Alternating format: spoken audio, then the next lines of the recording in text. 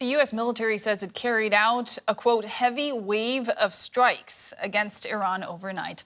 U.S. Central Command says it struck dozens of Revolutionary Guard targets in response to attempted missile attacks on U.S. forces. Iran's state TV released footage of what it claimed to be the aftermath of a strike on Qasem Island. And the fighting in the Middle East continues to widen. Egypt has now confirmed that a fire at its Mediterranean port of Damietta was caused by a drone attack. Kuwait and Jordan are also reporting being targeted by Iranian strikes. The latest escalation has dimmed hopes of a return to normal shipping in the Strait of Hormuz. Iran has rejected a proposal from Oman to jointly manage traffic through the strategic waterway. Yemen's Houthi rebels are also threatening to choke off the el-Mandeb Strait into the Red Sea, another crucial Middle East trade route. Daniel is the CEO of Windward, a company that delivers maritime intelligence and risk assessment for shipping. He joins us today from Tel Aviv. Ami, welcome to DW. Now, fighting is ramping up again in the Persian Gulf. What does that mean for shipping through the Strait of Hormuz and efforts to end the blockade? Well, I think it means exactly what it meant in the last couple of months.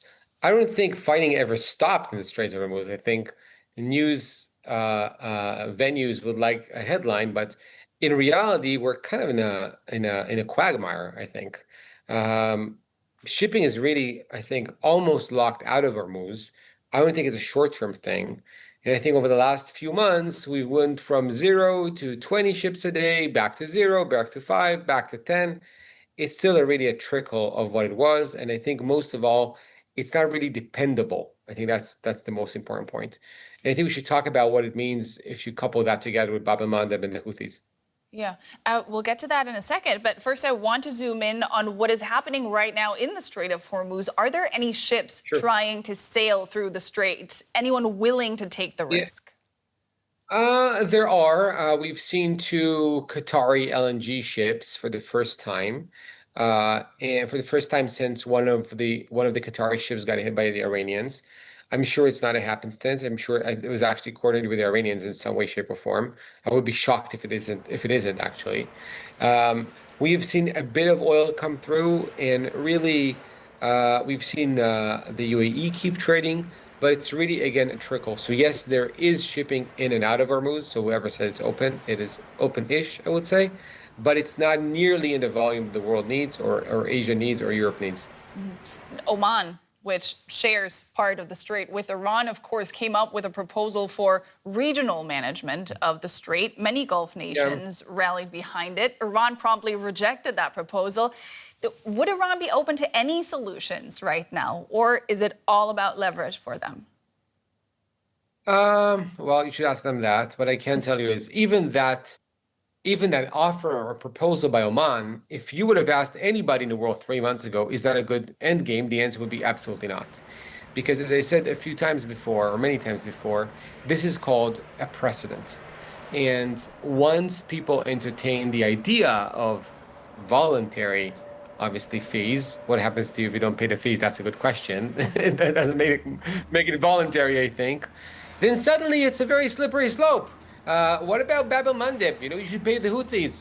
What about Malacca? You should pay Malaysia. I think the Malaysians already spoke about that. What about Indonesia? And so on and so forth. So I think you run the risk of having very quickly fees for every single strait, every single passage around the world. Whether you like it or not, and that is a big inflationary risk for the world.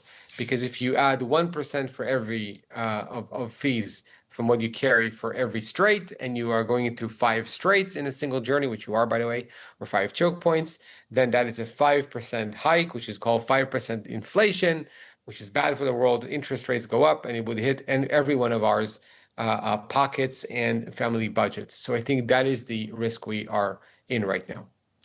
You deal with a lot of international shipping companies. Do you think they would be willing to pay even nefarious actors? Looking at the Houthis in Yemen with the el-Mandeb strike, would they throw money at the problem, so to say, just to get things moving, just to get to some sort of predictability, some sense of normalcy?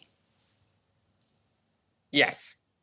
I think first of all, people have been paying the Houthis for several months now. It's simply been under the radar. You could have paid, that's a well-known fact in the shipping industry. I know a lot of Greek companies and so forth, and Chinese companies are paying the Houthis for safe passage.